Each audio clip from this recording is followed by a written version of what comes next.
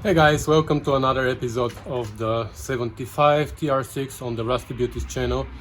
And today we're gonna do some work on the rear suspension. As you may remember, in the last episode we took apart the front suspension. We prepped all the parts over there for assembly, but we are missing the major suspension kit that for whatever reason wasn't shipped, so we are expecting it to arrive in the next few days, and in the meantime we're gonna do the little work that we have to do on the rear suspension.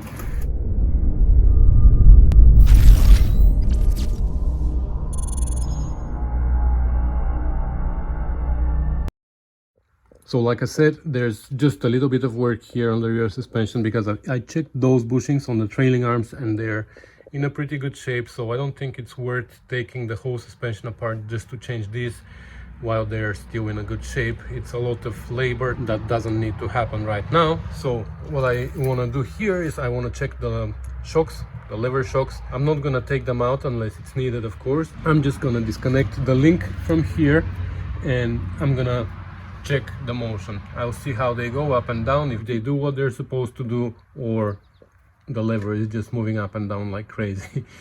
If that's the case, then we're gonna have to take them apart and change oil and seals and stuff like that. But if not, we're just gonna change this link and also this bumper here, because I'm pretty sure this one is gonna rip as soon as I touch it. So that's gonna be everything. Of course, that's not a lot of work here, but we have to be really careful because the spring needs to be compressed. For this we're going to use our spring compressor, which we used on the front suspension. But again, you have to be really careful with those because the springs are a weapon. You have to really know what you're doing there, because there is a way to take it apart very easy. Just undo this nut underneath, but then there's a possibility that you're going to be dead for the rest of your life. All right, so we're going to use our spring compressor again. But the thing is, I only have one of these big washers, so I have to use that on top. And for the bottom, I'm gonna use this sprocket from an engine. So I'm gonna put it right at the bottom, and I'm gonna shove the spring compressor up here. I hope my nut is gonna fit there, because I've never done it with the body on. Yeah, perfect. And now we can start tightening from the bottom. And this is very important that you watch this nut all the time. When we tighten, if the rod starts spinning, it's not such a big deal, because what's gonna happen is the nut is gonna get tightened. But when you're loosening the bottom nut, it's possible that the top one comes apart.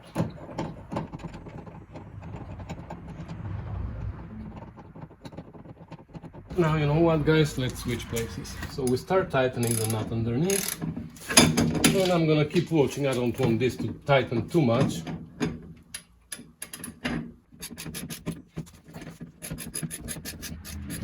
And I'm gonna watch here and see when this bump stop is free. When that's free, this means that the spring is compressed enough.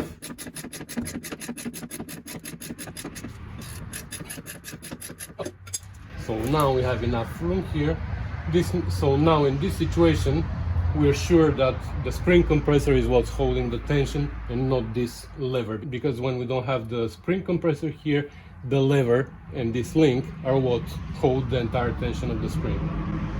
Now we know that the spring compressor is what holds the tension, and we can loosen these two nuts and take the link apart and check the lever.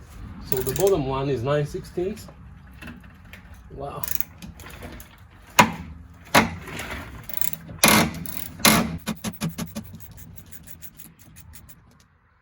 Actually, two nuts, they put two, okay, to lock. And this one looks like 11/16. Yep.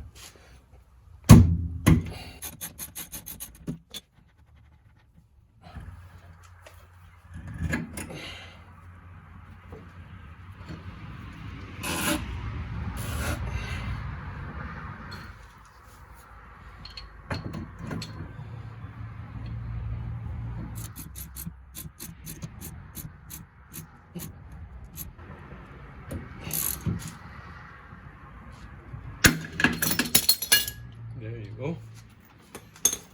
The shock is moving smoothly, but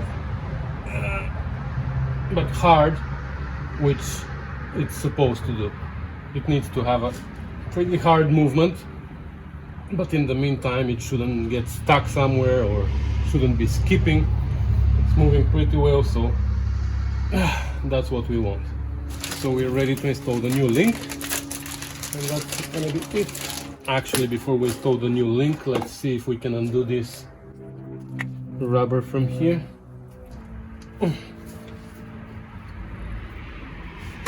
Not sure.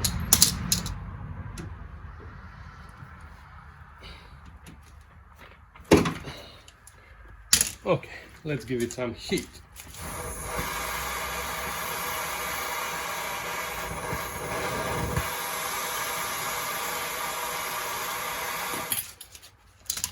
Let's see if that's gonna move. Yes. I'm sure now the heat helped, but they're really bad, these. Like, they fall out really easy, the old ones, so that's the reason why we're changing it.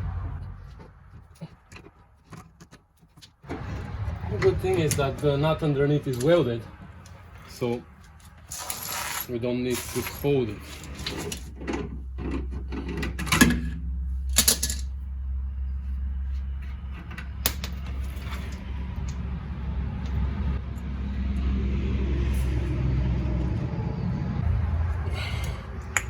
Okay, I might be stating the obvious here, but I want to say it. You saw how this is constructed, right? The rubber is just glued on top of the metal washer, so when you're tightening the new one, don't grab it by the rubber, grab it by the washer, otherwise you're risking to rip the rubber before it even gets on the car.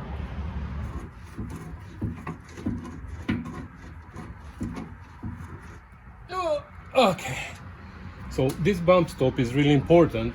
Like, this one is important too, but this one is for the upper limit.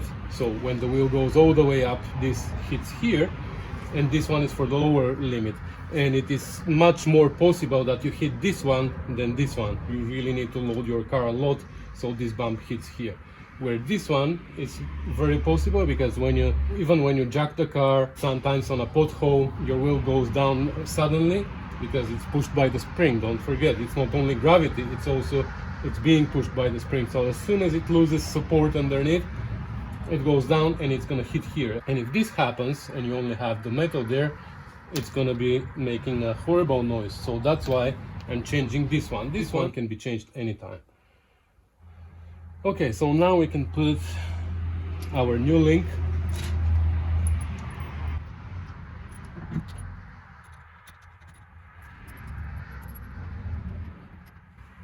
And like I said before, this nut is very important here, because if this nut vibrates itself loose, there's nothing to hold the tension of the spring. So that's why there are two nuts here and they get locked together.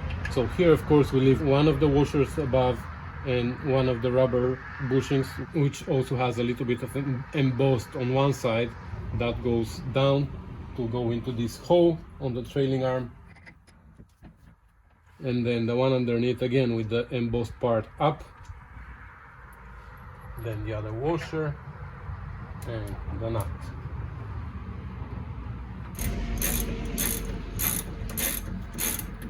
Now we can loosen the tension on the spring. This is where you have to really watch this nut so it doesn't come loose and release the tension suddenly. If the rod starts spinning, then you can just reach here with vice grips or something and hold it there. The threads in the middle of the rod are not really important because you never use them.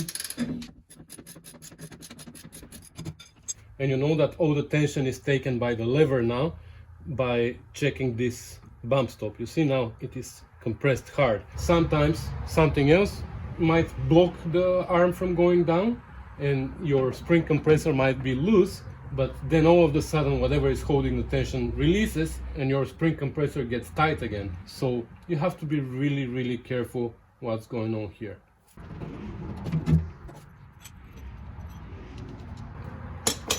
Alright, and with that we are done with the first side we have no more work here. I'm just gonna put this together again because I took it apart before to check the brakes, because in the other shop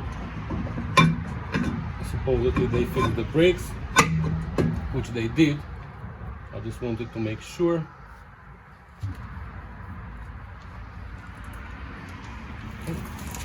And now we can move to the other side and do the same thing, but I'm gonna save you that because we've already done it on this side. All right, this side is done as well. The link is changed, the bump stop is changed, and we can put it back together. Actually, I'm gonna put the wheel on here because we don't need it off anymore, and we're gonna see what else we can do on the car while waiting for parts. All right, next I think we're gonna start getting rid of this exhaust system, the entire system, because I don't know if I told you, but we're getting a stainless steel exhaust system for this car. So this entire thing is gonna have to go. So I'm gonna start doing that. I'm not sure these bolts are gonna cooperate, but I'm gonna try to undo them. If I can't, I'm just gonna cut the pipes. So this is what we're gonna have to do. Here there's one hanger. This is actually undone from here, from the transmission, but we still have to remove it because we're gonna need it. All the bolts are soaked in WD-40. Hopefully that's gonna work. I know the bolts are gonna come out, but the pipes are not gonna come out, I guess. And here there's another hanger over there. This one, as we know, is broken. Anyways, I'm not gonna keep you here. I'm just letting you know where I am, so you don't wonder where I disappeared.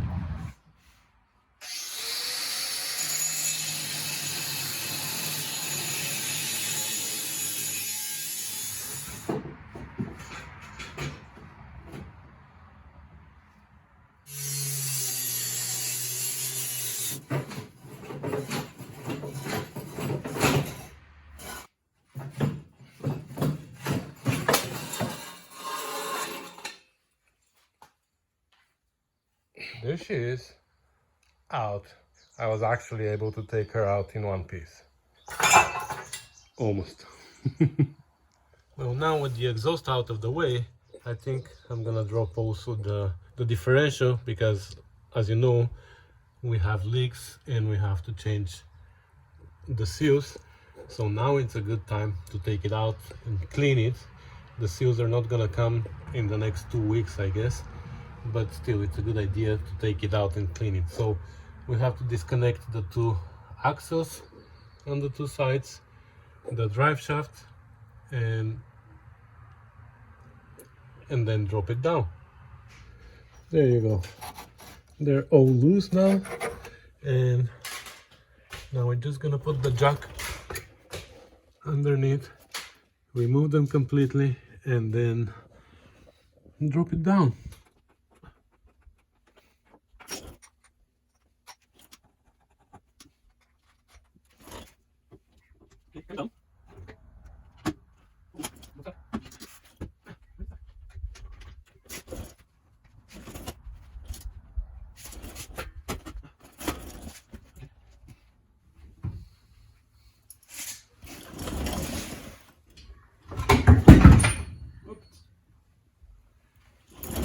Watch, it's gonna fall.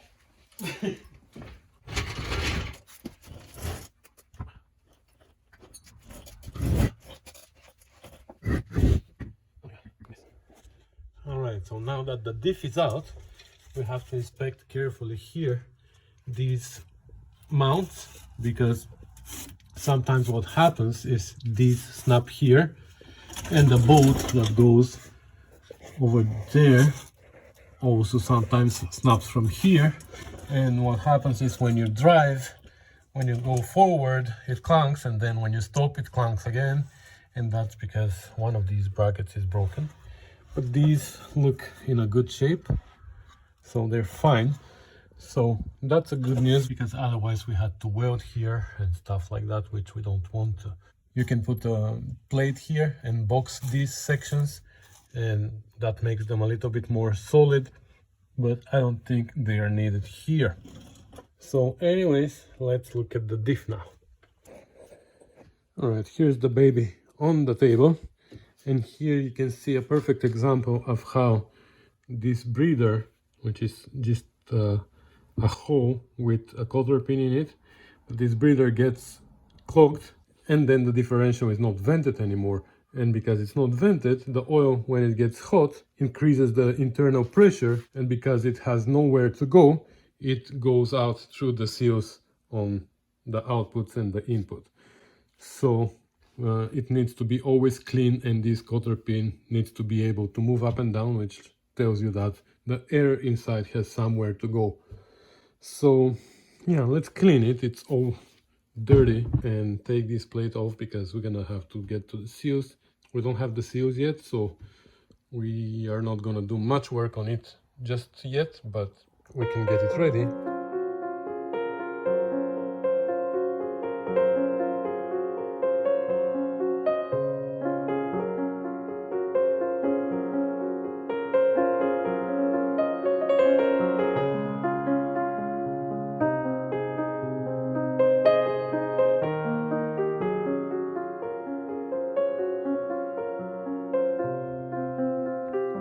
Right, so this is how clean it could be in half an hour. Like, I just can't invest more than that time.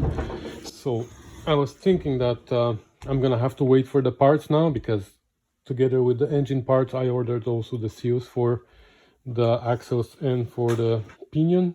But I looked through my stash here, and I actually found that I have a seal. I went and I checked it on the MOS website. 520-100 is the oil seal for the TR6, for the oil seal for the differential pinion. So this is gonna fit here perfectly. Unfortunately, I don't have this, but this we can put later. We can start with this one, we can change it, at least gives us something to do, because we're pretty stuck with parts for the suspension, with parts for the engine. We don't have parts.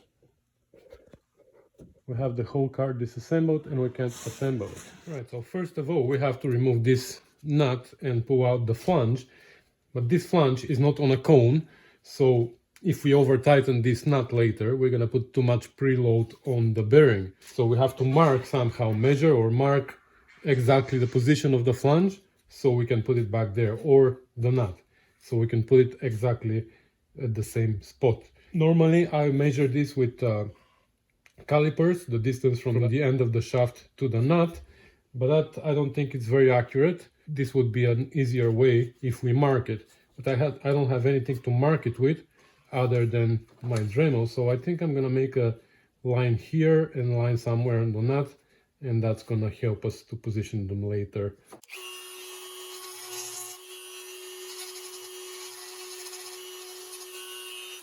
Okay,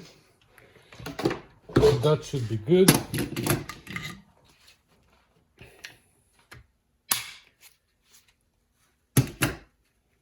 Obviously somebody's been here, that's not original Triumph part, this piece of wire. Wow.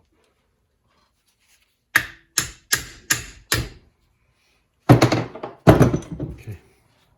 Now the best way here is with impact gun, but I don't want to turn on my compressor now for just one nut, so I'll try with this.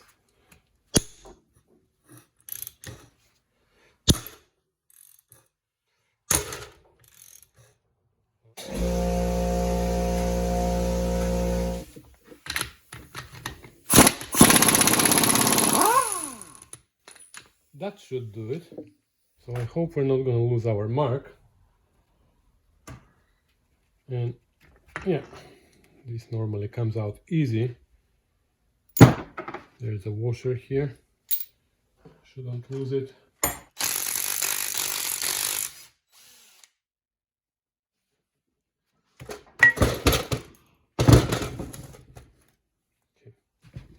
So the last time I did one of these, I was able to pull it out with a screw. So let's see if it is going to work with this time again.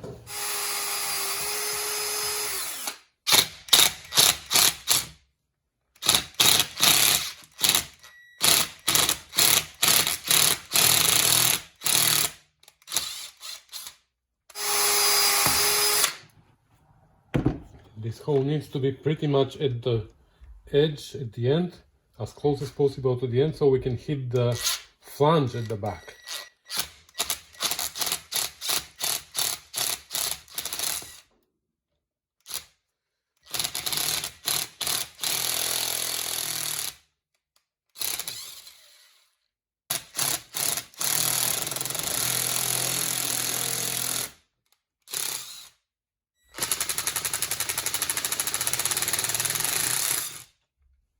Ah, finally.